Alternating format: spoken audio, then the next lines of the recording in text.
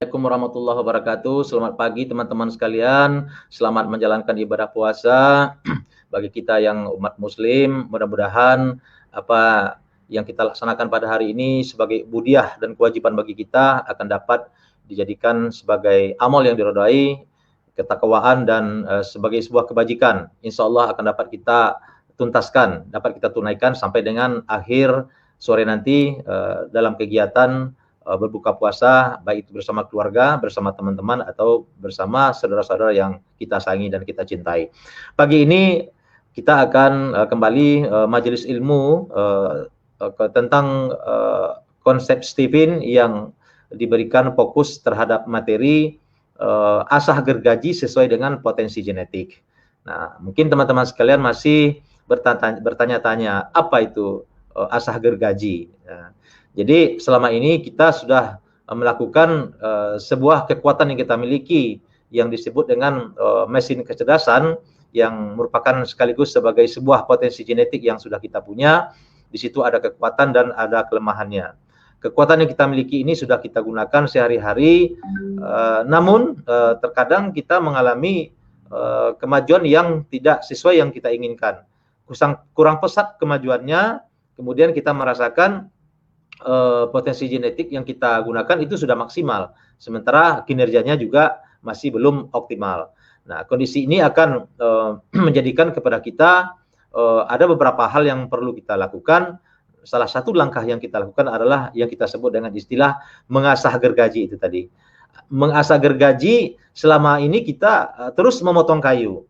Memotong kayu artinya kita menggunakan mesin kecerdasan kita untuk melakukan aktivitas kesehariannya. Tanpa aktivitas yang kita lakukan terus-menerus ini tentu akan menjadikan mesin kecerdasan kita ini akan terus terkuras, terpakai, sehingga ada masa ausnya. Nah, sehingga perlu kembali untuk diasah. Nah, ini akan sangat berbeda dengan kalibrasi. Kalau kalibrasi yang pernah kita bahas dalam materi terdahulu, itu adalah dalam rangka untuk memberikan refresh kembali kepada jiwa kita, memberikan kebugaran kembali kepada jiwa kita, sehingga kita bisa produktif kembali. Dan kegiatannya tidak dilakukan semerta-merta setiap hari, tetapi dalam waktu-waktu tertentu saja, dan tidak boleh dilakukan berulang-ulang. Nah, kalau untuk asah gergaji ini, justru akan memperkuat, ya, akan mempertajam kembali apa yang menjadi kekuatan di dalam diri kita. Ya, artinya begini, tidak ada salahnya, ya, dan tidak akan pernah salah kalau kita mempunyai kekuatan yang diberikan ilmu pengetahuan itu ditempatkan lebih tinggi daripada rasa syukur.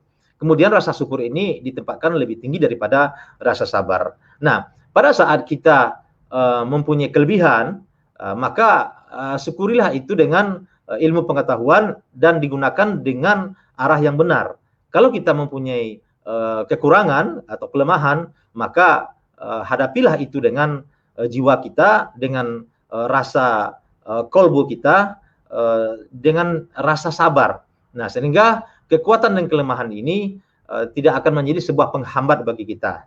Nah, salah satu bentuk rasa syukur kita itu tadi adalah dengan melakukan asah gergaji ini. Nah, sekarang masalahnya bagaimana cara melakukan asah gergaji itu disesuaikan dengan potensi genetik yang kita miliki. Nah, sebagai contoh, apabila kita memiliki genetic sensing, nah, asah gergaji ini bisa kita lakukan dengan ikut program kebugaran sebulan penuh, ya. Kemudian yang kedua, apabila kita memiliki genetic thinking, itu bisa kita lakukan asah gergajinya dengan ikut program developer, ya, developer aplikasi. Nah, nanti saya jelaskan. Kemudian yang ketiga, apabila kita memiliki genetic intuiting, maka bisa kita ikut program camp inspirasi, ya. Kemudian yang keempat, apabila kita memiliki genetic feeling, kita bisa ikut program diklat kepemimpinan. Ya, kemudian yang kelima, apabila kita memiliki genetic insting, maka kita bisa ikut program charity. Nah, kenapa demikian?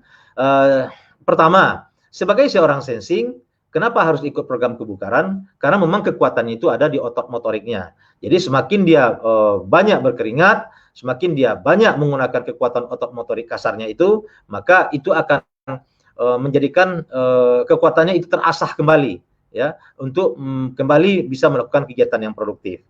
Kemudian yang kedua, genetic thinking. Kenapa harus ikut program developer? Karena memang kekuatan orang thinking ini ada di analisanya, ada di kekuatan belajarnya, ada di kekuatan untuk memahami sesuatu secara utuh dengan menggunakan otak logikanya.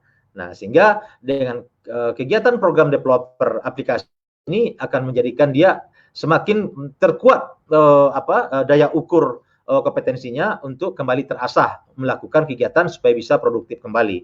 Kemudian genetic intuiting, kenapa ikut program camp inspirasi? Karena orang intuiting ini kekuatannya ada di inspirasi, ada di ilham. Nah, dengan dia kembali ke alam, ya, dengan dia kembali menyatu kepada lingkungannya, maka orang intuiting akan mengasah kembali kemampuannya untuk terus bisa terinspirasi dan menciptakan kreativitas baru dan inovasi baru.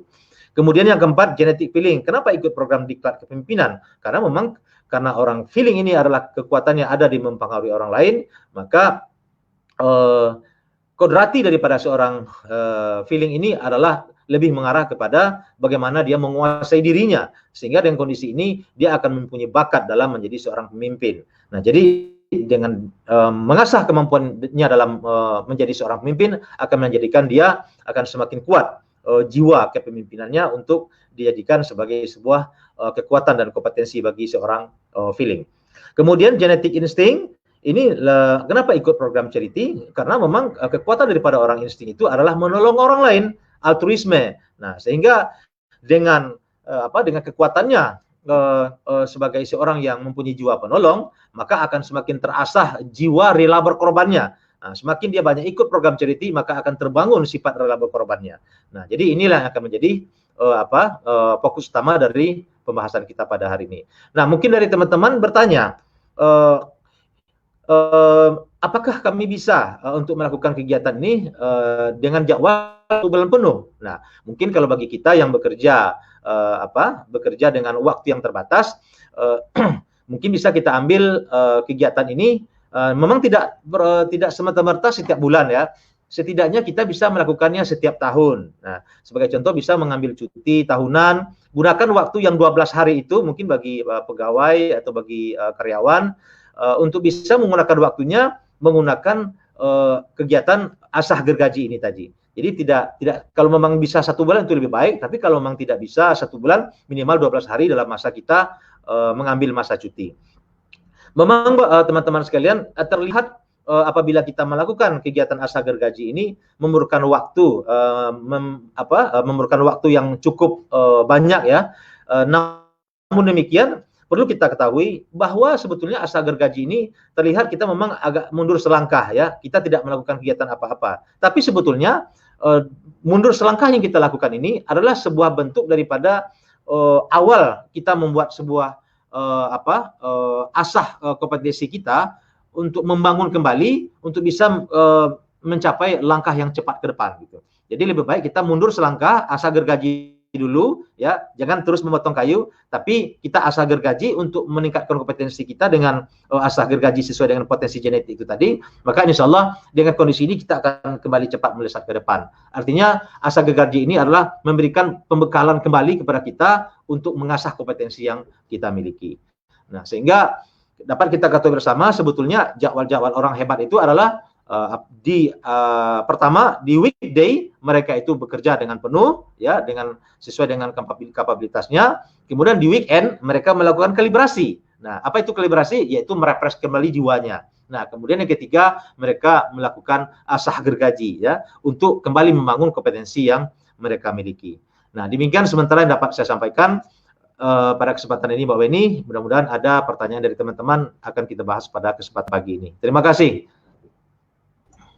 Ya, luar biasa keren ya pemaparan dari trainer kita tentang Humus Steven. Nah, yang mau ditanyakan Pak Yon, ternyata kalau sensing itu harus dia bukan harus, ya, tapi asal gergajinya lebih bagus untuk yang lebih berkeringat, mengandalkan otot dan seperti itu. Atau untuk saat ini apakah bisa juga dengan apa ya namanya, kita kan lagi work from home seperti itu.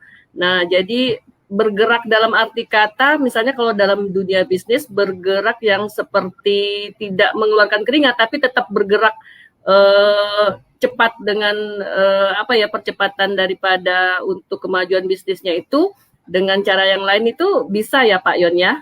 Jadi memang benar Mbak Weni, asah gergaji yang saya sampaikan tadi sesuai dengan potensi genetik, bahwa seorang sensing itu memang harus melakukan kegiatan yang sifatnya menyentuh kepada fisik, yaitu melakukan program-program kebugaran. Nah, dan untuk kegiatan asah gergaji seperti ini tidak semerta-merta harus melakukan program kebugaran. Bisa melakukan kegiatan-kegiatan yang lain sepanjang tidak keluar daripada koridor sebagai seorang sensing. Nah, apa maksudnya? Orang sensing ini kan mempunyai kemampuan adalah di ototnya, di otot motorik kasarnya. Artinya mereka harus selalu berkeringat. Jadi dengan kondisi ini mereka akan selalu beraktivitas. Mereka tidak senang dalam berdiam diri, akan tergerak terus untuk melakukan sesuatu. Nah, artinya tidak semerta-merta melakukan program kebugaran, tetapi lebih kepada hal-hal yang lain yang sepanjang itu bisa memberikan sentuhan fisik kepada dirinya, ya, sentuhan fisik kepada dirinya. Bisa mungkin melakukan orang sensing ini kan senang berjalan-jalan ya, senang melakukan aktivitas ke sana kemari. Bisa saja dia melakukan suatu perjalanan, melakukan traveling ya. Ya, artinya tidak semerta-merta melakukan kegiatan kebugaran, sepanjang dia melakukan kegiatan yang menyentuh dengan fisiknya itu boleh dilakukan. Nah, sebagai contoh melakukan kegiatan perjalanan, traveling ya, kemudian sambil berbelanja. Ini akan menjadikan otot motorik kasarnya itu akan terasah kembali, akan dilatih kembali. Sepanjang dia tidak melakukan asah gergaji dengan berdiam diri, nah, ya, tapi justru menyentuh kepada fisiknya. Jadi boleh-boleh saja ya Mbak Weni ya melakukan kegiatan asah gergaji, tidak hanya sebatas program kebugaran, tetapi sepanjang itu menyentuh kepada kegiatan fisiknya, itu menjadikan dia berkeringat, itu yang menjadikan dia sebuah aktivitas yang bergerak terhadap fisik dan ototnya, maka itu boleh dilakukan. Mbak Weni ya. Tadi Mimi ini juga pertanyaan tentang itu, Pak Yon, feeling yang dia, apakah memang feeling harus ada ikut di kepemimpinan itu, samakah feeling introvert dengan extrovert? Begitu pertanyaan Mimi ini tadi.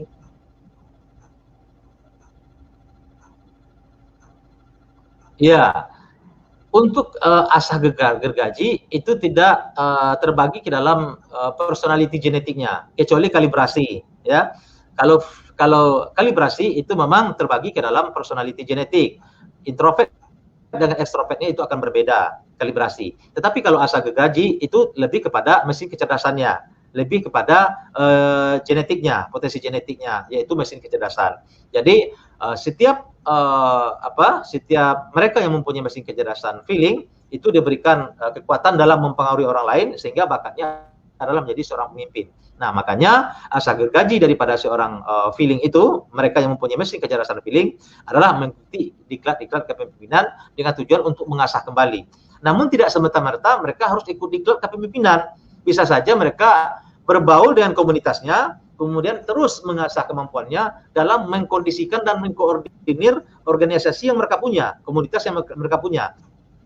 Dengan sendirinya mereka akan terus terlatih bagaimana cara mengayomi, bagaimana cara berbicara, bagaimana cara mengkoordinir.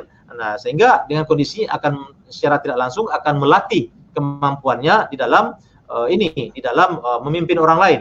Nah, karena dengan berbaurnya mereka dengan kepada masyarakat, kepada organisasi ataupun kepada komunitas, itu secara tidak langsung akan terus melatih kepeduliannya ya, sehingga rasa empatinya itu akan semakin kuat dan semakin tinggi untuk memahami orang lain. Nah, jadi tidak semerta-merta melakukan diklat kepemimpinan, tapi cara yang paling baik memang diklat ya, karena di situ ada pendidikan dan pelatihan tentang bagaimana menjadi pemimpin. Tetapi kalau mereka tidak punya kesempatan untuk ikut diklat, mereka bisa mencari alternatif lain ya, seperti yang saya sampaikan tadi, yaitu bergabung dengan komunitas, melatih, mengasah rasa empatinya sehingga mereka bisa semakin kuat untuk bisa memahami orang lain, untuk mengkoordinir dan mengayomi, sehingga kekuatan dia dalam memimpin akan muncul karismatiknya, akan muncul kewibawanya, akan muncul sifat kebijaksanaannya di dalam menjadi seorang pemimpin. Demikian Pak Weni. Ya, keren.